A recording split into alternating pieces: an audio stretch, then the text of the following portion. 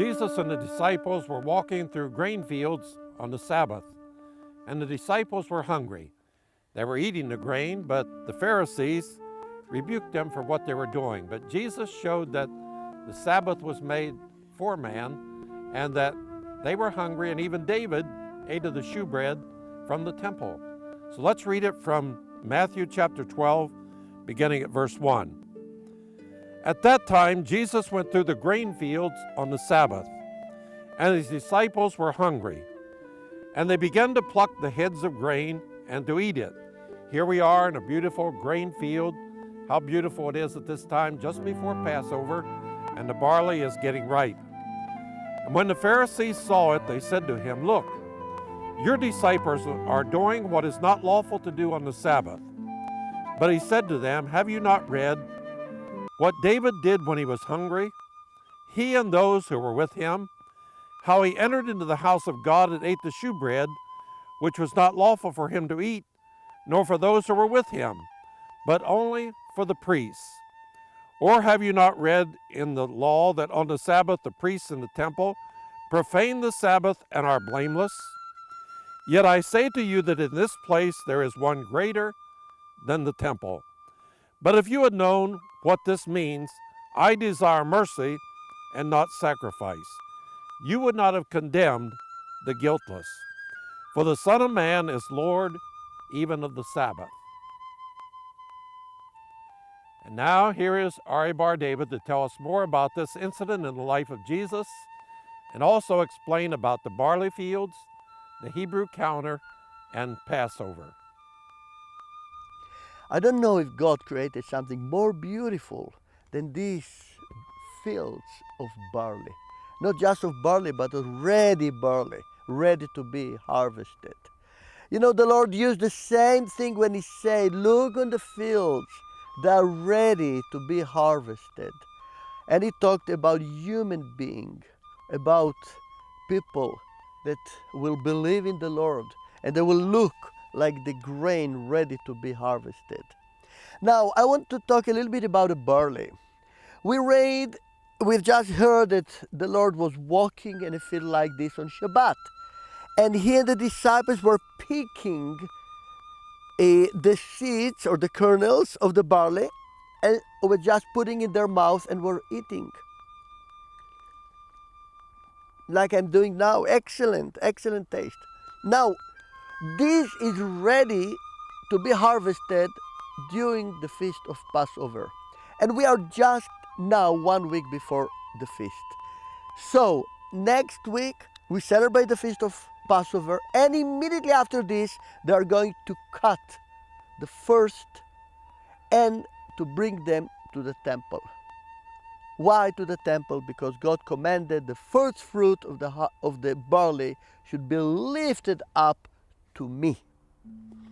And then in biblical time, for almost more than 2 months, it took them to cut all these fields full of barley.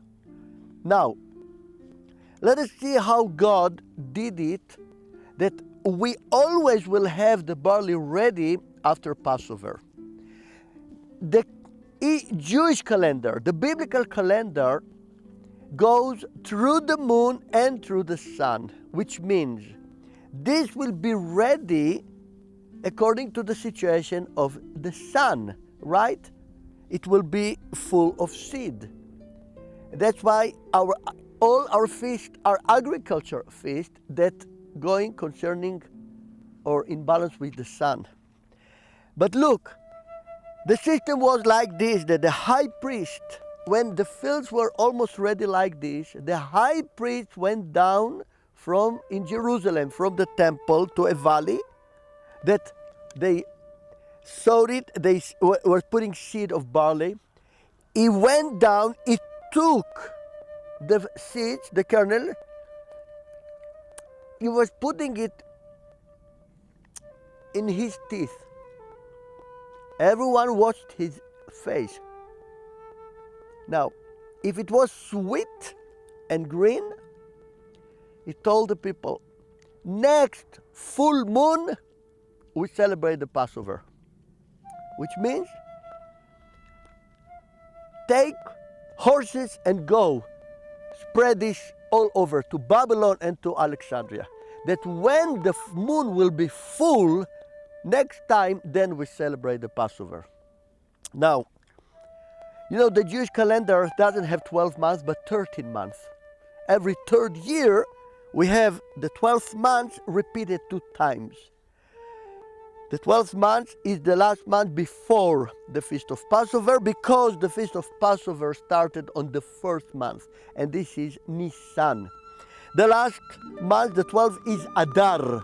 So we celebrate Adar A, Adar B, and then regular year, and then Adar A, Adar B, and so on. How we got this Adar B? The high priest went down in this time, and on the 12th month, and he took this and tasted, and it was not sweet. So what he said, we have to have another month, and that's why they call it Adar B. And then after they made this month again, he went down to the field, he tasted this, it was green, it was sweet, and he said, next full moon we celebrate the Passover. So again, God did it such a way that even Jewish people that were living far away from the land of Israel, in the north, Finland, Lapland, whenever they are sitting around the table, they had the bread, they had the wine, they had the candle. When they looked about the bread, they remembered the bread in Israel. When they looked around the wine, they remembered the wine, the vines of the land of Israel.